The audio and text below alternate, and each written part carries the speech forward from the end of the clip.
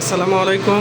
আমি আজকে দেখাবো বাংলালিংক টাওয়ারের মধ্যে কিভাবে ইকুইপমেন্ট লাগানো থাকে, কি কি লাগানো থাকে এবং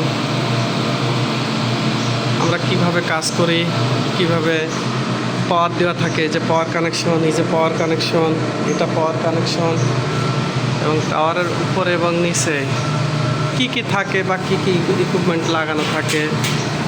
এটা ব্যাটারি, দেখেন এটা রেকটিফায়ার, এই যে মোটা কেবল দিয়ে আসছে।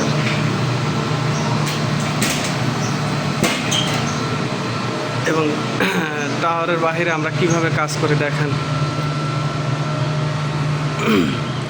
আমরা আজকে এই টাওয়ারে কাজ করব।